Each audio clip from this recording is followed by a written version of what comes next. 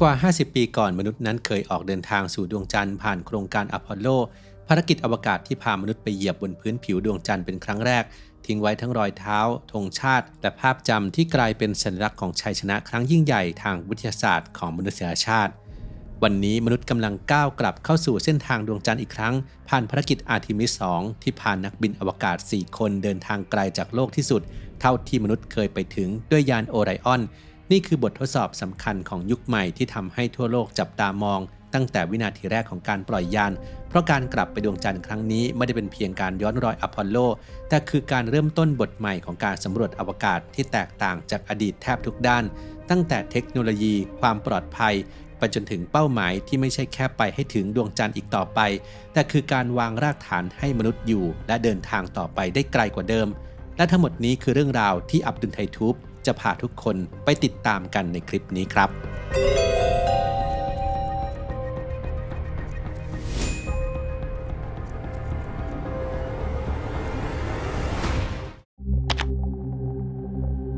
ระหว่างปี 1969 ถึง 1972 ภารกิจอพอลโลคือหนึ่งในภาพสะท้อนของสงครามเย็นที่ชัดเจนที่สุดการไปถึงดวงจันทร์เป็นชาติแรกไม่ได้เป็นเพียงความสำเร็จทางวิทยาศาสตร์เพียงอย่างเดียวแต่ยังเป็นการประกาศศักยภาพของชาติมหาอำนาจว่าใครคือผู้นำทางวิทยาศาสตร์และเทคโนโลยีของโลกยุคนั้นอย่างแท้จริงอพอลโล 11 คือภารกิจแรกที่พามนุษย์ลงจอดบนดวงจันทร์ได้สำเร็จโดยมีนีล อาร์มสตรองและบัซ อัลดรินเป็นมนุษย์2คนแรกที่ได้ไปลงเหยียบบนพื้นผิวดวงจันทร์พวกเขาใช้เวลาอยู่บนพื้นผิวดวงจันทร์ราว 21 ชั่วโมงโดยมีช่วงเวลาสำคัญในการออกไปเดินสำรวจเก็บตัวอย่างดินและหินก่อนนำหลักฐานจากดินแดนที่มนุษย์ไม่เคยเหยียบมาก่อนกลับมายังโลก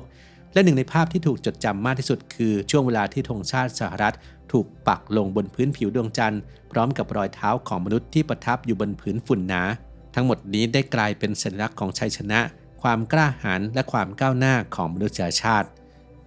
หลังจากความสำเร็จของอพอลโล 11 ภารกิจอพอลโลยังคงดำเนินต่อไปอีกหลายครั้งจนกระทั่งภารกิจอพอลโล 17 ในปี 1972 ที่ถือเป็นภารกิจนี้สุดท้ายในโครงการอพอลโลของ NASA ที่ส่งมนุษย์ไปเหยียบบนดวงจันทร์และยุคแห่งการสำรวจดวงจันทร์ก็สิ้นสุดลงนับตั้งแต่นั้นมาครึ่งศตวรรษต่อมาภารกิจอาร์ทีมิส 2 ในปี 2026 ได้เปิดบันทึกหน้าใหม่ของการสำรวจอวกาศและครั้งนี้ถือเป็นจุดเริ่มต้นของแผนการระยะยาวของการปักหลักสำรวจดวงจันทร์ได้อย่างต่อเนื่องของมนุษย์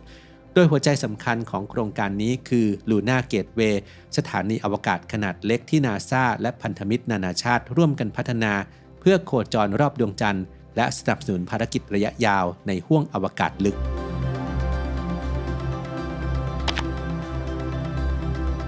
ในปี 1969 ยานอพอลโลคอมมานด์โมดูลที่พานักบินอวกาศมุ่งหน้าสู่ดวงจันทร์มีพื้นที่ภายในประมาณ 6.2 ลูกบาศก์เมตรสำหรับลูกเรือ 3 คนซึ่งทุกคนต้องนั่งเบียดกันไม่สามารถยืนหรือเดินได้อย่างอิสระหนึ่งในสิ่งที่ลำบากที่สุดคือยานยุคนั้นยังไม่มีห้องน้ำนักบินอวกาศต้องใช้ Urine Collection Device หรืออุปกรณ์เก็บปัสสาวะที่เป็นถุงพลาสติกต่อท่อกับกระบอกยางเพื่อระบายปัสสาวะออกสู่อวกาศส่วนอุจจาระต้องใช้ Fecal Collection Bag ที่เมื่อเสร็จกิจต้องปิดผนึกและเก็บกลับโลกระบบจัดการของเสียนี้ทั้งไม่สะดวกและเกิดปัญหาได้ง่ายถึงขั้นเคยมีบันทึกถึงของเสียที่ลอยอย่างอิสระอยู่ในยานของภารกิจอพอลโล 8 และอพอลโล 10นักบินอวกาศหลายคนเผยว่านี่นับเป็นหนึ่งในประสบการณ์ที่เลวร้ายที่สุดของการสำรวจอวกาศยุคอพอลโลแต่ในภารกิจอาร์ทีมิส 2 ทุกอย่างพัฒนาไปไกลกว่าเดิมมากยานโอไรออนมีระบบจัดการของเสียในอวกาศแบบใหม่ที่เรียกว่า Universal Waste Management System ที่ออกแบบให้ใช้งานใกล้เคียงกับห้องน้ำบนโลกมากขึ้นภายในมีที่นั่งสำหรับของเสียแข็งและมีท่อพร้อมกรวยสำหรับปัสสาวะโดยใช้กระแสอากาศหรือแรงดูดแทนแรงโน้มถ่วงเพื่อพาของเสียเข้าสู่ภาชนะเก็บอย่างปลอดภัยระบบยังช่วยควบคุมกลิ่นลดการฟุ้งกระจายและถูกออกแบบให้เล็กเบาใช้งานง่ายกว่าเดิมและที่สำคัญคือมีประตูปิดเพิ่มความเป็นส่วนตัวให้ลูกเรือในยุคอพอลโลยานอวกาศพึ่งพา Apollo Guidance Computer หรือ AGC ซึ่งเปรียบเสมือนสมองของระบบนำร่องการเดินทางและการควบคุมของยานแต่หากเทียบกับปัจจุบัน AGC ไม่ได้มีพลังประมวลผลมากไปกว่าเครื่องคิดเลขและมีหน่วยความจำอ่านอย่างเดียวเพียงราว 72 กิโลไบต์ ซึ่งน้อยกว่ารูปถ่ายทั่วไปเพียงหนึ่งภาพในมือถือปัจจุบันเหตุการณ์ที่เห็นได้ชัดเกิดขึ้นในภารกิจอพอลโล 11 ระหว่างยานกำลังจะลงจอดบนดวงจันทร์คอมพิวเตอร์แจ้งเตือน 1202 อะลามซ้ำหลายครั้งเพราะระบบรับภาระงานมากเกินไปทว่าพื้นที่ลงจอดกลับเต็มไปด้วยก้อนหินและหลุมอุกกาบาตนีล อาร์มสตรองจึงต้องควบคุมยานด้วยมือเพื่อหาจุดที่ปลอดภัยกว่าซึ่งเหตุการณ์นี้นับเป็นหนึ่งในช่วงเวลาที่รุนระทึกที่สุดของประวัติศาสตร์ภารกิจอวกาศกว่าครึ่งศตวรรษต่อมาบนรากฐานของเทคโนโลยีศตวรรษที่ 21 ระบบคอมพิวเตอร์บนยานโอไรออนในโครงการอาร์ทิมิสพัฒนาไปไกลมากนาซาเปรียบเทียบว่าคอมพิวเตอร์1ชุดเร็วกว่ายุคอพอลโลถึง 20,000 เท่าและมีหน่วยความจำมากกว่าถึง 128,000 เท่าทำให้ยานสามารถนำทางประมวลผลข้อมูลจากเซ็นเซอร์ควบคุมและจัดการระบบสำคัญต่างๆได้อัตโนมัติมากกว่ายุคอพอลโลอย่างชัดเจนอีกทั้งยังมีคอมพิวเตอร์หลายชุดที่ทำงานสำรองกันและตรวจสอบกันตลอดเวลาหากระบบหนึ่งขัดข้องระบบอื่นยังสามารถรับช่วงต่อเพื่อรักษาความปลอดภัยของยานและลูกเรือได้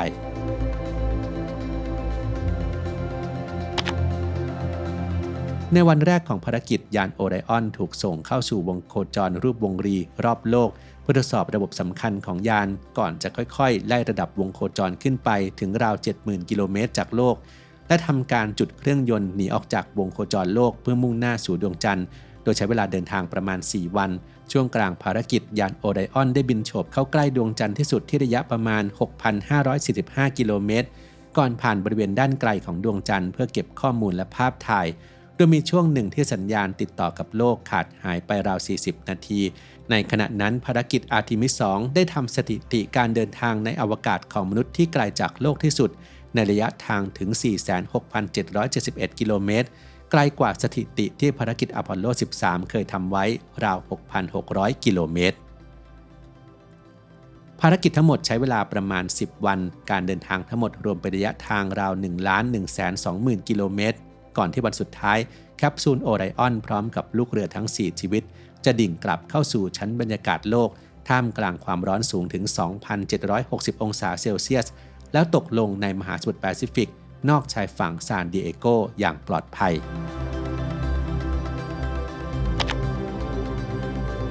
สำหรับนักบินอวกาศทั้ง 4 คนยานโอไรออนเปรียบเสมือนรถบ้านหลังเล็กที่จะพาพวกเขาเดินทางไปไกลจากโลกที่สุดในรอบกว่าครึ่งศตวรรษ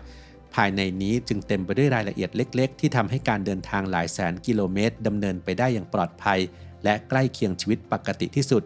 หนึ่งในสิ่งสำคัญที่สุดคืออาหารนาซาเตรียมเมนูอาหารและเครื่องดื่มไว้มากถึง189รายการตั้งแต่มักกะโรนีแอนด์ชีสค็อกเทลกุ้งไปจนถึงกาแฟและสมูทตี้ทุกอย่างถูกบรรจุในถุงอาหารแบบเดียวกับที่ใช้บนสถานีอวกาศ ISS เพื่อให้เหมาะกับสภาพไร้น้ำหนักและการไม่มีตู้เย็นนอกจากนี้เมื่ออยู่ในอวกาศของเหลวในร่างกายจะเคลื่อนขึ้นมาบริเวณศีรษะทำให้การรับรสเปลี่ยนไปอาหารที่เคยอร่อยบนโลกจึงอาจจืดลงได้จึงทำให้ต้องมีซอสเพิ่มรสชาติอาหารอีก5ชนิดสำหรับเมนูขนมปังจะถูกแทนที่ด้วยแป้งเตอร์กิย่าแทนเพราะขนมปังมีเศษร่วงง่ายซึ่งอาจลอยไปทั่วห้องโดยสารหรือเข้าไปในช่องระบายอากาศหรืออุปกรณ์สำคัญของยานได้อีกหนึ่งสิ่งที่ทำให้ภารกิจอาร์ทิมิส 2 พิเศษคือธรรมเนียมเพลงปลุกที่นาซาใช้ส่งเสียงทักทายลูกเรือในแต่ละวันธรรมเนียมนี้มีรากย้อนไปถึงยุคเจมินายและอพอลโลก่อนจะสืบต่อมาถึงภารกิจอาร์ทิมิสเสียงเพลงช่วยให้เหล่านักบินอวกาศรับรู้ถึงการเริ่มต้นวันใหม่แม้จะอยู่ในสภาพแวดล้อมที่ไม่มีช่วงเช้าหรือช่วงเย็นวิธีการนี้ช่วยลดความเครียดเติมกำลังใจและทำให้ลูกเรือรู้สึกว่ายังมีผู้คนบนโลกอยู่เคียงข้างแม้พวกเขาจะกำลังเดินทางไกลออกไปหลายแสนกิโลเมตรและในครั้งนี้นาซายังจัดทำเพลย์ลิสต์อย่างเป็นทางการชื่อ Artemis 2 Wake Up Songs เพื่อให้คนทั่วโลกได้ร่วมฟังบทเพลงเดียวกับลูกเรือระหว่างการเดินทางรอบดวงจันทร์ด้วย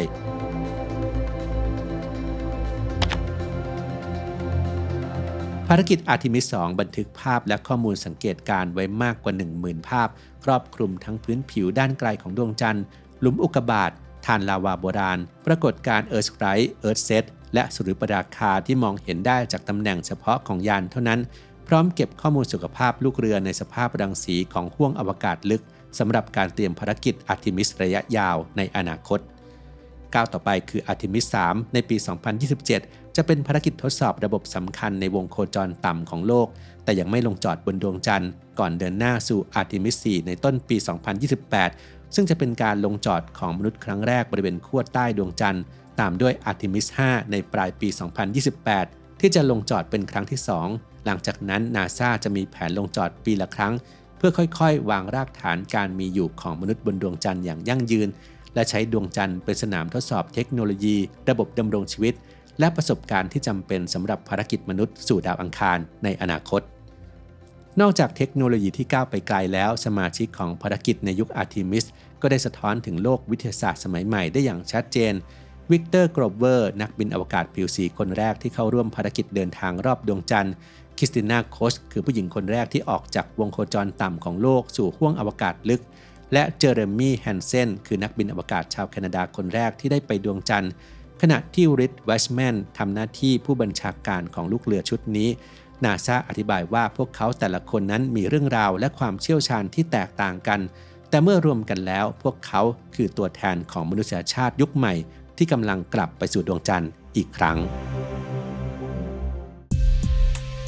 ผลิตภัณฑ์นี้มีส่วนผสมของ CBD และน้ำมัน MCT ซึ่งทำงานร่วมกันเพื่อช่วยบรรเทาอาการปวดเมื่อยเรื้อรังครับ CBD Daily Oil สามารถใช้ได้ทั้งในเวลากลางวันเพื่อช่วยเพิ่มสมาธิในการทำงานและในเวลากลางคืนเพื่อช่วยให้ผ่อนคลายก่อนนอน 1-2 ชั่วโมงครับจากเสียงผู้ใช้ที่ต้องนั่งทำงานเป็นเวลานานพบว่าเมื่อใช้ผลิตภัณฑ์อย่างต่อเนื่องอาการปวดหลังนั้นลดลงอย่างเห็นได้ชัดครับคิดว่า CBD มีประโยชน์ในด้านอื่นๆอีกอย่างไรลองคอมเมนต์มาคุยกันได้ครับ